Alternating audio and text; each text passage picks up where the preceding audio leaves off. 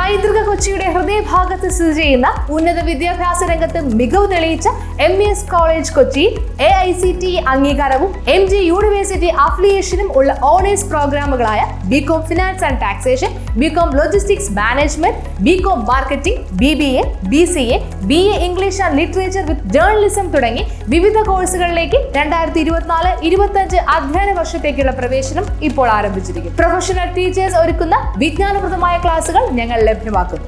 യാതൊരുവിധ ഡൊണേഷനും സ്വീകരിക്കാത്ത ഈ college part 3 വിഷയങ്ങൾക്ക് 80% കൂടുതൽ മാർക്ക് നേടുന്ന വിദ്യാർത്ഥികൾക്ക് MES സ്കോളർഷിപ്പോട് കൂടിയ അഡ്മിഷൻ ഒരുക്കുന്നു. ഹോസ്റ്റൽ വാഹന സൗകര്യങ്ങളും ഞങ്ങൾ ലഭ്യമാക്കുന്നു. MES college Kochi, Mundamveli, near Thoppumpady, Kochi. Contact 0484298067 7902980067. Karuvelippady Maharajas സർക്കാർ ആശുപത്രി വികസന സമിതി യോഗത്തിൽ രൂക്ഷ വിമർശനം.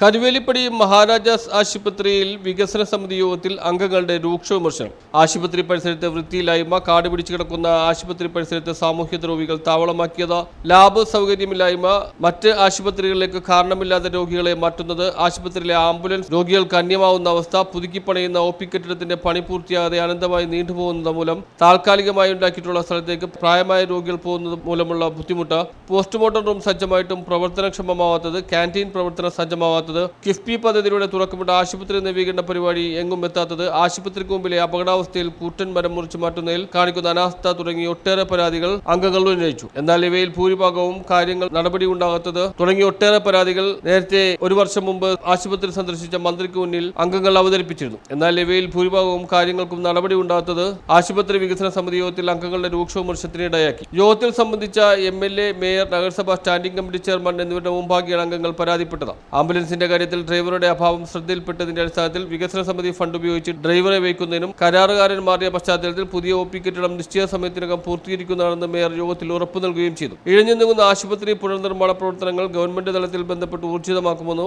MLA വ്യക്തമാക്കി. പോസ്റ്റ്മോർട്ടം മുറിയുടെ വിഷയത്തിൽ നിലവിലുള്ള സാഹചര്യങ്ങൾ കണക്കിലെടുത്ത് നഗരസഭ മുൻകൈയെടുത്ത് തന്നെ ഉടൻ പ്രവർത്തനം സജ്ജമാക്കുമെന്ന് health standing committee chairman TK Ashraf പറഞ്ഞു. ആശുപത്രിക്ക് മുമ്പിലെ റോഡിന്റെ ശോചനീയാവസ്ഥയ്ക്ക് പരിഹാരമായി ടൈൽ വിരിക്കുന്ന നടപടി തുടങ്ങിയതായി മേയർ അറിയിച്ചു. ആശുപത്രിക്ക് മുമ്പിലെ അപകടാവസ്ഥയിൽ നിൽക്കുന്ന മരം മുറിച്ചു മാറ്റാൻ അടിയന്തര നിർദ്ദേശം കൊടുത്തു കഴിഞ്ഞുവെന്നും മേയർ അറിയിച്ചു. നഗരസഭാ standing committee chairman Sheebalal, councillor Sheela Thadevus, വിവിധ രാഷ്ട്രീയ പാർട്ടി പ്രതിനിധികളായ PM Basheer, Muslim League, TM Rifas, PM Aslam, Congress, KM Riyad, CPM Babu Melakkandathil തുടങ്ങിയവർ യോഗത്തിൽ സംസാരിച്ചു. ആശുപത്രി സൂപ്രണ്ട് കാതറിൻ സുശീൽ പീറ്ററും യോഗത്തിൽ സംബന്ധിച്ചു. News bureau, Mattancherry.